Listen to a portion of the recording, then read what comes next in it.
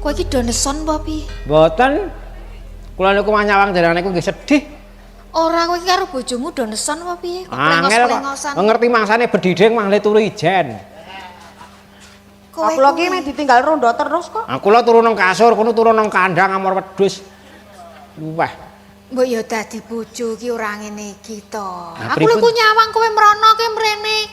Rek arep tempuk kapan? Rak nek ku mau aku ora duwe kok. Iki lho ki aku ki rembugan tenanan lho. Kula nggih estu kok. Pripun to? Aku ki mrihatinke kowe cah loro. Kula niku karo niku agak ra gathuk, mergo nek gathuk terus jeglek pet.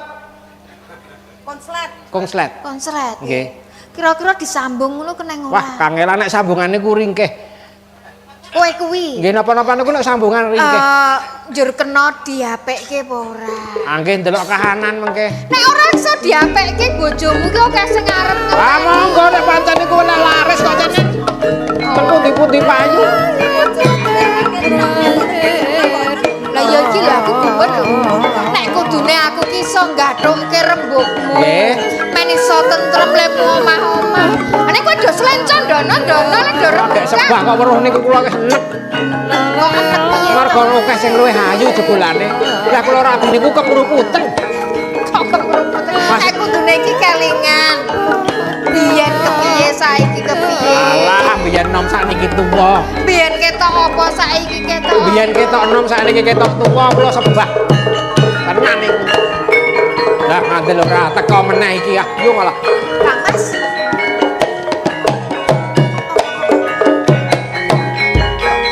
Ya ini kok ana mendring. Monggo-monggo. Umi Atun.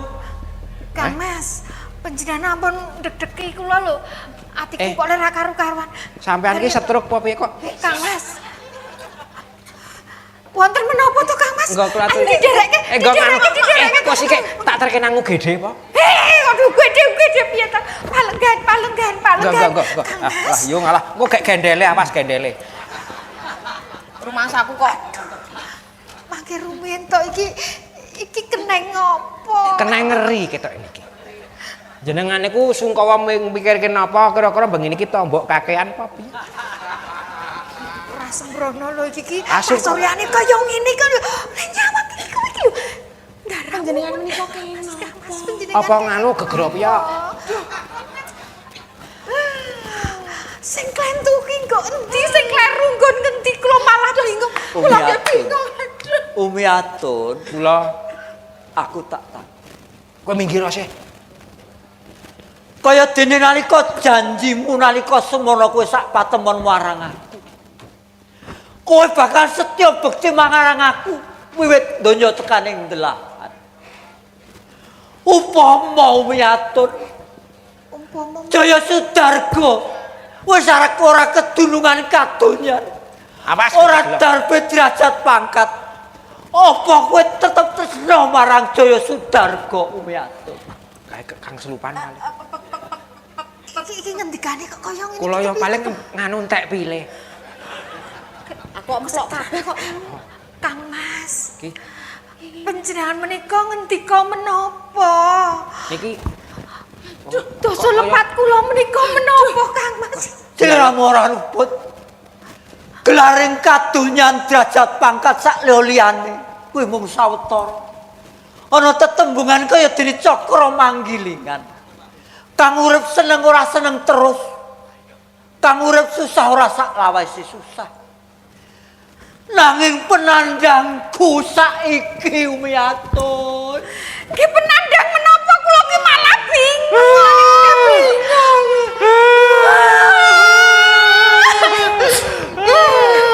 menengok sih. Menengo. Kowe iki Umi Atun. Kang Mas mengke riyen to kula niku bingung estu nggih Kang Mas. Jawaben pitakonku. Nggih. Upama Jaya Sudarga ki ora duwe kamukten, ora lenggah dadi pati. Apa Siadi tetep marang pun Kakang wong ayu? Aduh Kang Mas nyun pangapunten nggih. Kula menika sampun matur wola-wali dhateng panjenengan. Tresna kula dhateng panjenengan menika lair tandhesing batin kula. kula menika mboten badhe tresnani sok sinten kemawon. Sing kula tresnani namung panjenengan senajana panjenengan menika wis ora kagungan menapa-menapa waton sing siji iki wisih. Kang Mas. Atiku ki sedih. Kang Mas, Ciliramu aja kegujengan. Mboten kula mboten gujengan mong niku ya ora tak gujengi. Kang Mas. Saiki- Kula menika mboten badhe. Saiki tatatan atimu pun Kakang tak paringkan. Kirimen to panjenengan kok ngagem agemanipun kok lajeng ngaten menika. Terus pundi? Aku wis ora nganggo ageman kang kemubiar kaya biyen. Oh, Agemanipun wonten pundi? Tak jarwani. kalah main kita. Geger Kadipaten Rembang. Benggol belong minangka kraman manjing ana ing patunggon dalem. Anjir. Nanging Umiyanto. Lajeng terus pundi Kang Mas? Benggol belong iso tak cekel. Anjir. Anang pradata aku ing Kadipaten Rembang. Benggol belong licik. Lecekipun terus pundi? Ngaku yen tumindake benggol belong mergo diutus Narapraja ing Kadipaten Rembang. Nggih. Aku kang kadakwa. Kok saged Kang Mas? Nggih wangun. Aku ya gumun. Nah. Duka dalem-dalem jeng Dipati Jayanegara. Aku munjuk warna-warna wis ora diagem. Nggih. Satemah Umiyanto. Kecolok. Aja kaget atimu.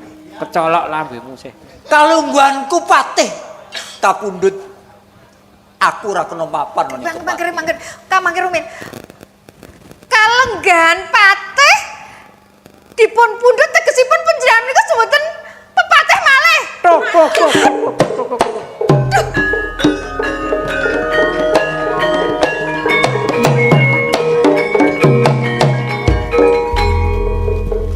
Ora mung kuwi Umiyanto.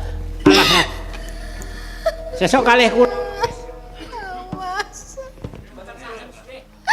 Kok lajeng ngaten to, Nggih? Umiatun. Ora mung kalungguhanku kang kapundhut ning ngarsa dalem. Aku ora dikeparengake mapan ning kepatihan. Aku mapan ning pakunjaran ana ing Pulo Bone 20 taun lawase. Mas.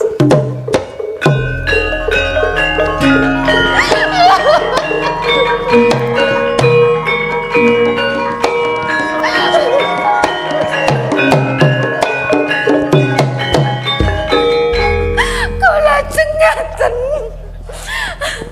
Kula boten saged trima menawi ngaten menika Kang Mas, kula boten saged trima. Umiatun. Botekno pangucapmu aja ming kandhek ing pengangen-angen. Aku tresna marang kowe. ambil. Mbok menawa Gusti isih marengake.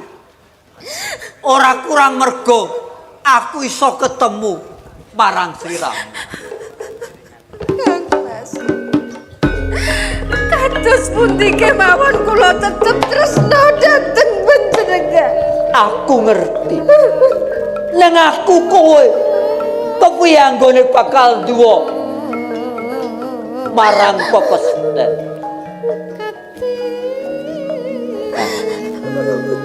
Aku mundhut Bapak Begawan Sabtu Aji, Bapak Begawan Aturana. Oh nggih. Siap kula WA-ne. Menawi kula menika nandhang kados ngaten kula boten menapa-menapa Kang Mas, nanging panjenengan ingkang Ya, panjenengan ingkang atimu kudu tapan.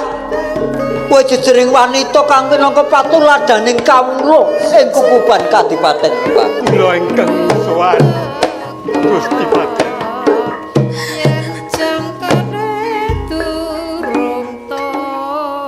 Sugeng kula kunjuk. injih-injih Bapak sugeng rawuhipun. Inggih. Temtunipun kula boten perlu matur kathah wontenipun Bapak Begawan Sabtu Aji. Sampun uninga awit saking kesdi ing paningal saha warta ingkang dumuking Padepokan Sabtuarga. Punten dalem sewu Gusti Paten. kula katimbalan sowan wonten ing ngersa nipun Gusti Patih. Estunipun kula menika kejot rasing penggalih kula. Wonten wigatos menapa Gusti Patih? Bapa menika etok-etok mboten mangertos. Anggen kula nampi pidana dalem Jeng Dipati Jayanegara. Kula kedah mapan wonten ing Pulo Bone 2 taun laminipun. Oh ngaten to Gusti Patih. Dados Gusti Patih sak menika dados pesakitan mekaten napa? Injih Bapak. Pramila.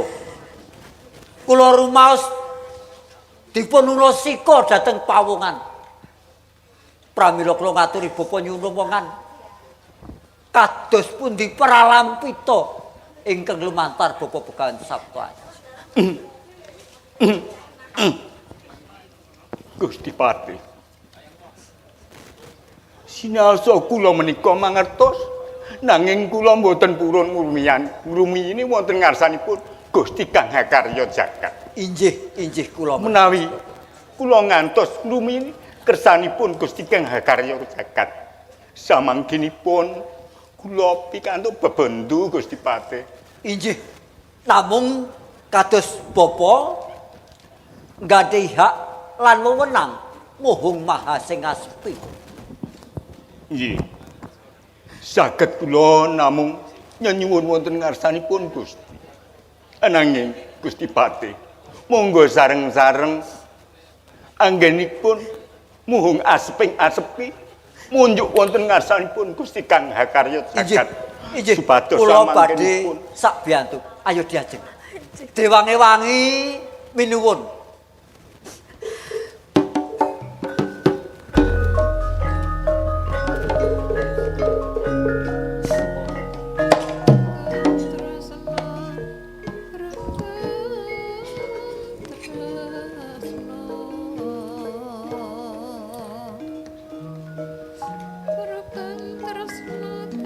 Duh Gusti ingkang murbeng dumati.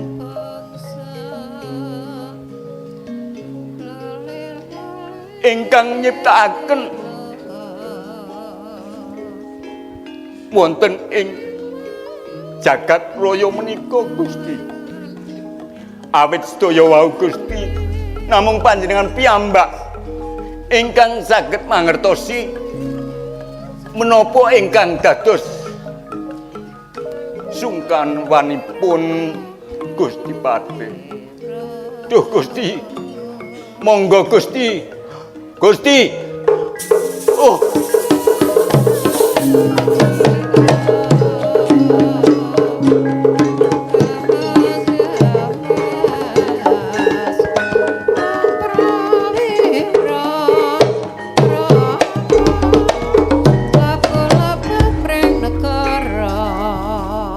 Kesesa nyereng manah kula.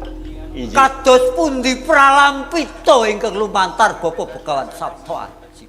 Inggih. Bilih wedal menika wonten ing dalem kepatihan dipun kenging dipun umpamaaken sampun kaliputing mendung. Injih. Dados panjenengan samangke Kula kedah kados pundi. kedah prihatos. Sedaya wau monggo sami dipun tindakaken. Samangkinipun Gusti Patih prihatos wonten ing Pakunjaran. Injih. Napa mboten Nanging- saged dipun upaya kados pundi supados mboten ngantos mlebet wonten ing Pakunjaran to Bapak.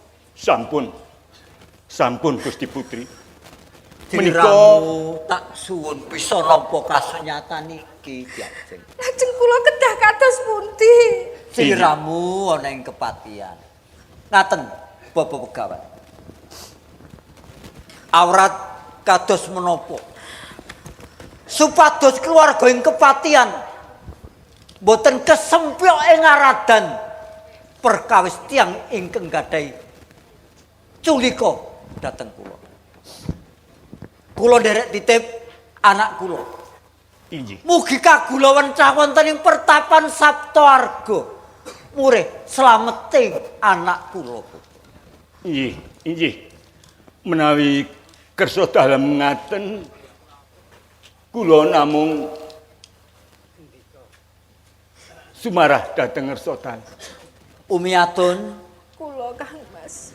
kang tata katimu kabeh mau men supaya putramu iso lestari. Besok bisa munjung marang aku lan sliramu. Nanging kula menika boten saged pisah kaliyan ingkang putra napa malih panjenengan Kang Mas. Iya, aku ngerti. Abota dikaya ngapa iki kudu dilakon. Bapa, Inggih. kula aturi manjing wonten ing pekeran ingkang wayah dipun kanthi, Bapak. Inggih. Ngestaken dawuh Gusti Patih. Iki Nyuwun pamit.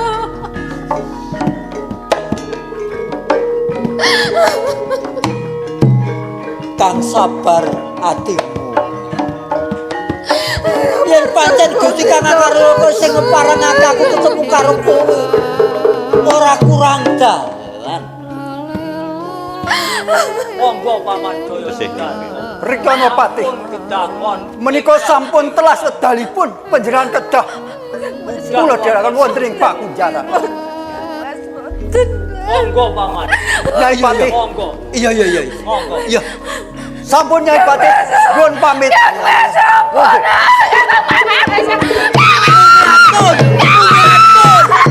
Umiatun.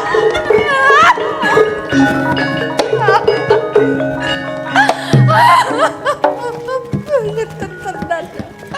Kang Mas, kula nderek panjenengan Kang Mas.